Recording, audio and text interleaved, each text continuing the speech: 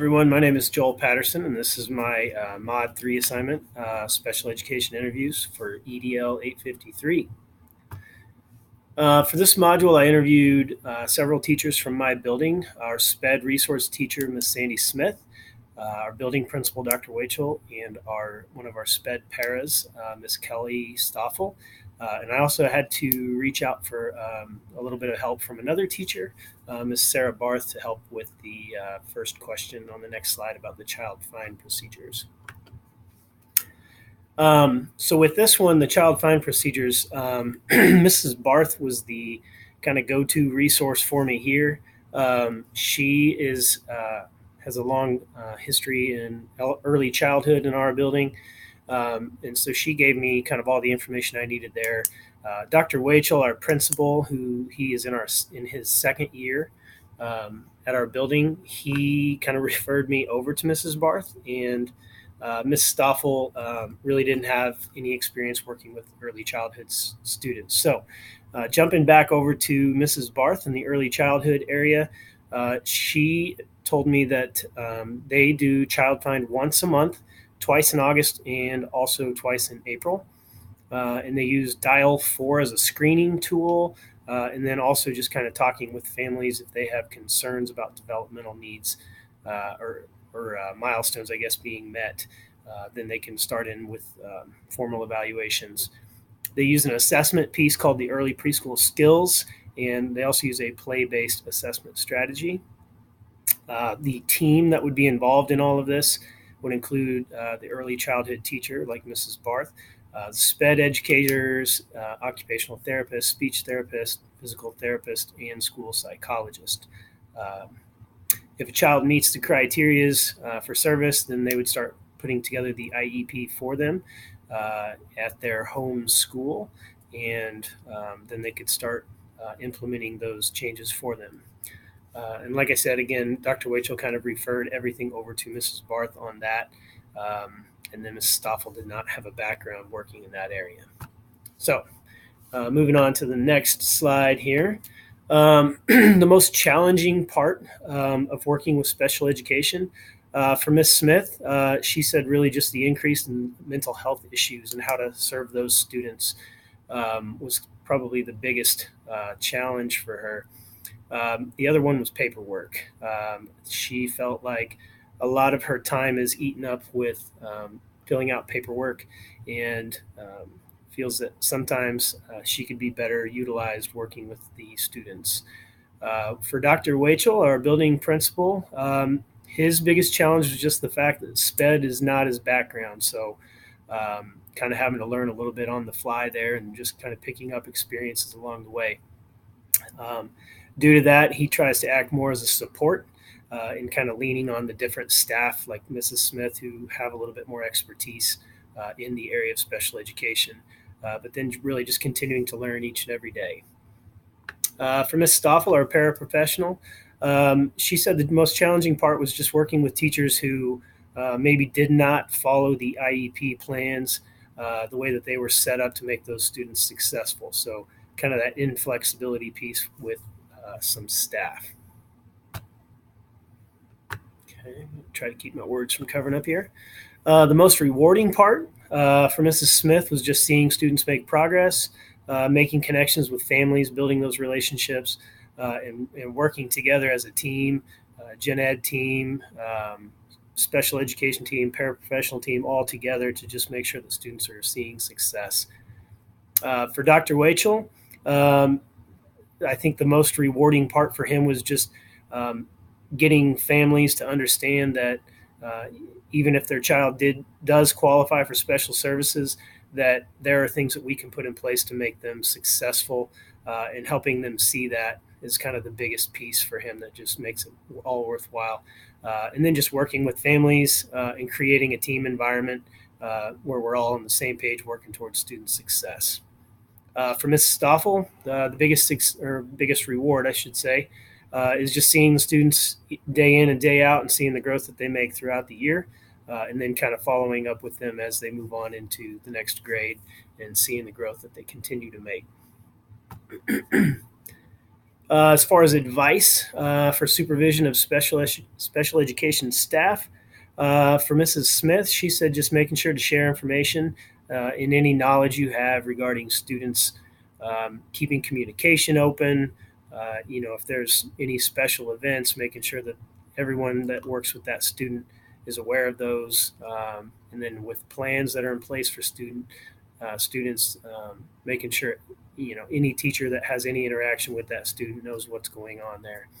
Um, she thought that this was a pretty challenging thing to do, but when everyone's on the same page, it definitely benefits the students. For Dr. Wachel, he said just kind of knowing each student's strengths and goals that are within an IEP. That IEP is a legal working document that we have to follow. So just kind of understanding what the IEP is and what we need to do to make sure that that student is getting what they need. For Mrs. Stoffel, just sharing information with your supervisor. As you know, the student with the best, working with them day in and day out. And then recognizing achievements, whether they're big or small, and letting the students know that you've seen them meet those goals. Staff that work with the student, and then parents too, because parents want to be informed what's going on with their child at school. How do you work effectively with parents of special needs children? For Mrs. Smith, our SPED teacher, connecting with parents, sending home positive notes, and relying on parents. They know their children better than we do. So, getting information from them that will help us at school. Um, as far as directly with the child, just getting to know them. Um, a lot of work goes into that at the beginning of the school year, getting to know your students. That'll help you build those relationships, which definitely helps as you move through the school year. Positive relationships, like I said, with students and families, that's going to help us get greater growth. From Dr. Wachel, listening to student and family perspectives, kind of like Mrs. Smith said. Um, the parents are going to be the ones that know those kiddos the best, so we need to kind of pull what we can from them to help us within our school building. Encourage and value the input that families can give. At those IEP meetings, whether it's just an informal meeting at the beginning of the year, um, get their input and let them know that we're working for the success of their child, and we want their help as well. Taking time to honor their part of the team, kind of going along with the same theme here from Mrs. Smith. We're all working together to make sure that that child is successful. So we all have to be working together. Excuse me. From Mrs. Stoffel, she said paraeducators don't usually work directly with the parents, but actually through their supervisor, the SPED teachers. So just communicating the information to all staff that are going to be working with that child. Okay. How do you work with regular ed teachers with students with special needs? For Mrs. Smith, sharing information, collaborating, just getting to know each other's styles of teaching and how it will affect the student in the classroom, because it's going to be different with each teacher, with each grade, which is a good thing though.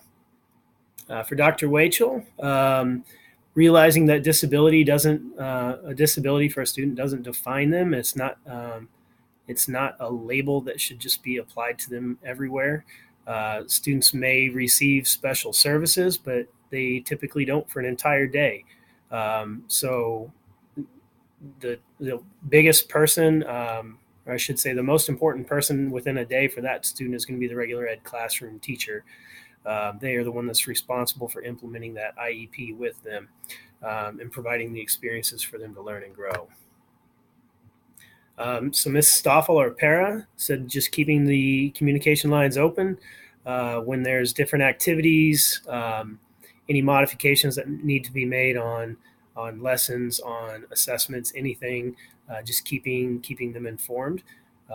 Knowing the routine of the classroom and like I said, how each teacher has a different routine, different style, and then familiarizing yourself with all the students that are in the classroom, because they're going to work with all students that are in the room, not always just the students that require their services. Advice for a first-year administrator. Kind of a common theme from all of my people here. Excuse me. Still kind of working through a cold here.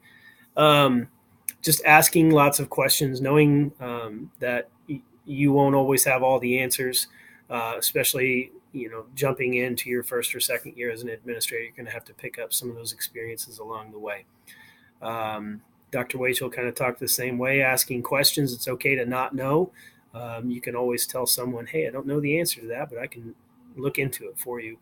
And then just being willing to listen, to grow and learn. Just like I said, knowing that you don't know it all. Taking advice from your team. And again, not being afraid to admit that you don't have all the answers. You have a team. You have people with lots of strengths and experiences around you, so you should lean on them. Okay, how do they describe the role of the special education teacher and the building principal? For Mrs. Smith, she said really just kind of having a team approach. Everyone on the staff has something that they bring. So working together is going to help provide the best environment for our students. For Dr. Wachel, he said supporting the staff and students. Everyone should be on the same page to ensure that the IEP is being delivered correctly in the classroom, that people that are working with that student know what those IEP goals are, and they're working to achieve those. And then really just being at all meetings where special education services are being talked about, being there and being able to answer questions when they arise. For Mrs. Stoffel, our para, she said just being open-minded, flexible, treating paras as they are part of the special education team. They are working in there with students day in and day out, so they need to be heard as well. Okay, on to the reflection part. So for the reflection of the interview and evaluation of how answers kind of compared and contrasted, really the biggest thing that they all kind of had in common is that every person that I interviewed really has a great desire to serve students. Everyone kind of had the same theme of, being open to asking questions, having an open mind, working together, collaborating. We're all working towards the greater good of the children that we work with. So, getting in, collaborating together, asking questions, just always learning. Kind of one difference is just the fact that we all have different backgrounds. We all have different strengths that we can bring to the table. So just getting to know your teammates so you can work together a little bit better. Thoughts and projections and responsibilities regarding special education leadership and supervision for future role as an administrator. Again, this was just kind of some common themes through my interviews with the people in this interview. Just always be learning. The field of education is always changing, and I know that I'm not an expert in special education, so just being aware of that and being open to picking up new knowledge and learning along the way. Asking questions, stay humble, utilize your team. You can't do it all on your own, so just being okay with leaning on your teammates. And then lastly, just making sure you're always putting the child first. What is best for them, not what's convenient for us, but what's going to make them successful. And I believe that is the last slide. So thank you for watching. Hope everybody's staying warm out there today. Thank you.